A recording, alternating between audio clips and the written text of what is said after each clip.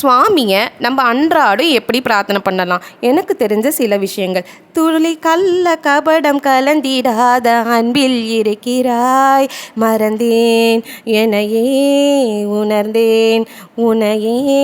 இந்த பாடல் வரிகளில் வர்ற மாதிரி சுவாமி கிட்ட கள்ள கபடம் இல்லாமல் உருகி நிற்கும் போது கடவுளும் கண்டிப்பாக உருகிடுவார், நம்ம கேட்டதை கண்டிப்பாக கொடுப்பாரு. அதை கேட்ட உழைப்பும் விடாமுயற்சியும் நம்மக்கிட்ட இருக்கும்போது நமக்கு சுவாமி கண்டிப்பாக கொடுப்பாரு. ரெண்டாவது, நமக்காக மட்டும் இல்லாமல் உற்றார் உறவினர்களுக்காகவும் ஊரார் உலகத்திற்காகவும் சேர்ந்து நம்ம பிரார்த்தனை பண்ணும்போது அதற்கான பலன் நமக்கு கண்டிப்பாக கிடைக்கும். மூணாவது, நம்ம என்னவா இருக்கணும்னு நினைக்கிறோமோ நான் அதுவாகவே இருக்கேன்னு பிரார்த்தனை பண்ணி பாருங்கள். எடுத்துக்காட்டாக நீங்கள் காலையில் எழுந்திரிச்சு பூஜை பண்ணணும்னு நினைக்கிறீங்க. சுவாமி கிட்ட நான் விடிய காத்தால் சூரிய உதயத்திற்கு முன்னாடி ஏந்திரிச்சு குளித்து தூய்மையான ஆடை உடுத்தி திருமண்ணிட்டு பாட்டு பாடி ஸ்லோகம் சொல்லி பூஜை பண்ணுறேன்னு கேட்டு பாருங்கள்.